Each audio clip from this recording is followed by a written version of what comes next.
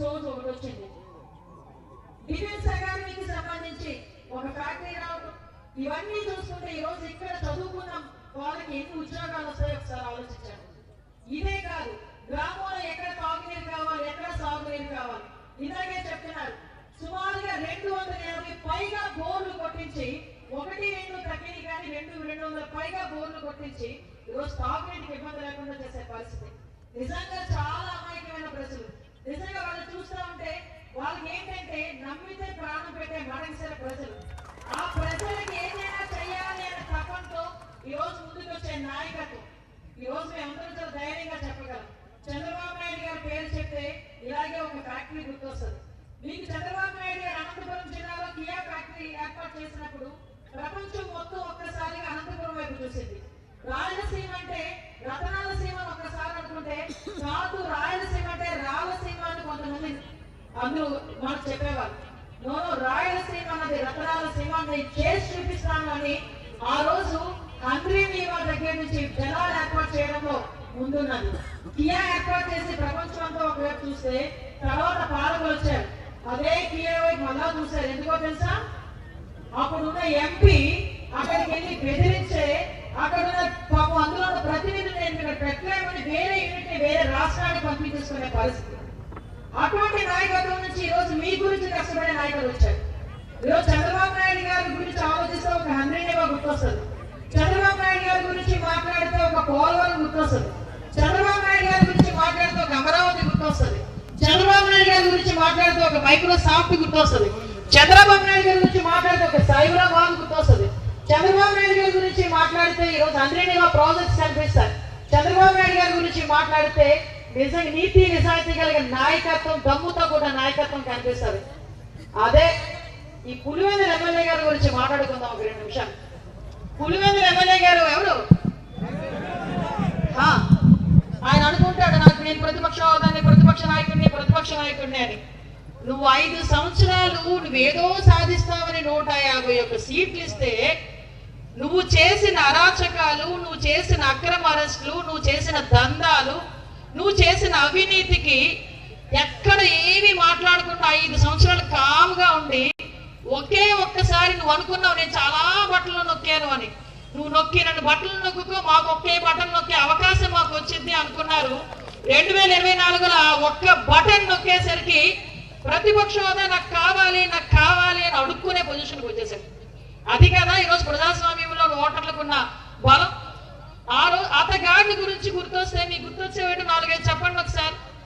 జగన్మోహన్ ఎక్కడ బలి చేపెడతాడు, ఒక కోడికత్తి, ఇంకా గొడ్డలి పోటు, నేను చెప్పక్కర్లేదు మీరు చెప్తారు, ఇంకా గొలకరాయి, ఇంకా నాకిలి మద్యం, వెరీ గుడ్, ఇంకా 3 రాజధానులు, గొడ్డలి వేటు, ఇసుక దంద, మైనిక్ దంద,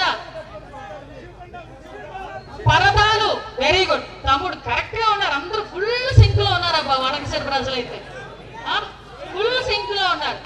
అంటే నేనేదో చెప్పట్లా, నేనేది ముందే చెప్పలే, వాళ్ళు హ్యాపీగా చెప్తున్నారు. అంటే ఒక జగన్మోహన్ రెడ్డి గురించి మాట్లాడుకుంటే ఒక కోడి కత్తి, ఒక గొడ్డలి వేటు, ఒక గులకరాయి, ఒక మద్యం మాఫియా, ఒక పరదాలు, పోలీసు అక్రమ అరెస్టులు, హౌస్ అరెస్టులు, ఇవి కదా కనిపించేవి. చెట్లు నరకడం, ఇంకా చెప్పుకుంటే పోతే మన గోల్ చెప్పుకోవచ్చులేండి. సో ఈ రోజు అలాంటి నాయకులు కూడా ఈ రోజు బయటకు వచ్చి చంద్రబాబు నాయుడు గారి గురించి విమర్శలు చేస్తున్నారు. చంద్రబాబు నాయుడు గారు సంక్షేమ కార్యక్రమాలు ఇవ్వట్లేదు, అది ఇది అని మాట్లాడుతున్నారు. నేను ఎక్కువ మాట్లాడను, మా ఆడపిల్లలకి మా ఆడబిడ్డలకి మాట్లాడతాను. ఆ రోజు మీ బుర్ర మీద చెయ్యేసి బుగ్గలు నొక్కేసి నీ మేనమామను వచ్చాను, నీ బిడ్డలకి నేను మేనమామను అవుతాను, నువ్వు ఎంతమంది పిల్లలకుంటే అంతమందికి అమ్మఒడి ఇచ్చేస్తానని చెప్పాడు. మా వాళ్ళు అనుకున్నారు, లెక్కలు వేసుకున్నారు. 15,000, నాకు 2 పిల్లలు 30,000, 3 పిల్లలు 45,000 లెక్కలు వేసేసుకున్నారు. లెక్కలు వేసుకుని అటు ఇటు ఆలోచించుకుంటూ కొట్టేశారు. తర్వాత వస్తే నీకు 3 పిల్లలు ఉండేవాడిని, 4 పిల్లలు ఉండేవాడిని, నేను ఒక పిల్లడికే మేనమావని, ఇంకో పిల్లడికి నాకు సంబంధం లేదు అన్నాడు. మీరేం చేశారు? అమ్మ నా వల్ల ఏదో అయిపోయింది అనుకున్నారు. పోనీ అందులో కూడా ఏదో కోతలు విధించారు. ఈ రోజు గౌరవ చంద్రబాబు నాయుడు గారు, గౌరవ నారా లోకేష్ గారు తల్లికి వందనమని ఎంతమంది పిల్లలకుంటే అంతమందికి పిల్లలకి ఇస్తానని 4 పిల్లలకున్నా 5 పిల్లలకున్నా కూడా మొత్తానికి అందరికి ఇచ్చారా లేదా చెప్పండి అమ్మా. మీరందరూ కూడా ఇచ్చారని చెప్పి ఒక్కసారి చేతులెత్తండి, ఒకసారి ఇచ్చారు కదా. ఈరోజు చెప్పిన మాట మేం కదా విన్నాం. పెన్షన్ గురించి 2,000 రూపాయల నుంచి 3,000 చేస్తా అన్నాడు. మా పెద్దవాళ్ళు కూడా చూసేసుకున్నారు, 3,000 అయిపోతుంది, 3,000 అయిపోతుంది, నా మనవడికి ఇంత ఇచ్చేద్దాము, నా మనవరాలకి ఇంత ఇచ్చేద్దాం, నేను ఇంత దాసేద్దాం అనుకున్నాను. తీరా ఎక్కి సంతకం పెట్టిన తర్వాత ఏమన్నాడు, పెంచుకుంటూ పోతాను అన్నాడు. అక్కడ శ్రీకాకుళం నుంచి మొదలుపెట్టి మడకసిర వరకు తాగాడు కొద్దిగా. కానీ ఈరోజు సంక్షేమ కార్యక్రమాలు ఎలా ఇవ్వాలో తెలిసిన నాయకుడిగా గౌరవ చంద్రబాబు నాయుడు గారు ఆ పెన్షన్ అన్నది ఎంత ముఖ్యమో మీ అందరికీ అతనికి తెలుసు కాబట్టి 3,000 రూపాయల నుంచి 4,000 రూపాయలు అతను రాకముందు 1 నెల రోజుల ముందు నుంచే మీకు ఇచ్చారంటే ఒకసారి ఆలోచించండి. అతను కదా నాయకుడు అంటే, అవునా కాదా చెప్పండి. వీళ్ళు ఈ రోజు బయటకు వచ్చి సంక్షేమ కార్యక్రమాలు ఇవ్వట్లేదు, సంక్షేమ కార్యక్రమాలు ఇవ్వట్లేదు అంటే మాట్లాడడానికి అర్హత అయినా ఉందా వాళ్ళకి? ఒకసారి మీరే ఆలోచన చేయండి. అన్నా క్యాంటీన్ ఇందాకే వెళ్ళా, ఒక పెద్ద ఆయన 2 బిడ్డలకి పెళ్లిళ్ళు అయిపోయి వెళ్ళిపోయారు. పాపం పెద్ద అవ్వ చనిపోయింది. చనిపోతే ఇంట్లో భోజనం పెట్టే వాళ్ళు ఎవరు లేక అక్కడ అన్నా క్యాంటీన్కి వచ్చి 5 రూపాయలకి భోజనం తినే పరిస్థితికి వచ్చాడు. అది నిజంగా ఎంత మంచిదండి.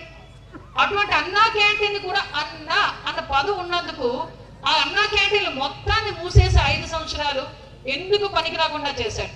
ఈ రోజు నేను అక్కడ అడిగాను, అన్నా క్యాంటీన్లు ఎంతమంది అయ్యా తింటున్నారంటే 1,200 మంది రోజు భోజనం చేస్తున్నారనండి. అక్కడ అన్నా క్యాంటీన్ యాజమాన్యం చెప్పారంటే ఒక పేదవాడికి అన్నం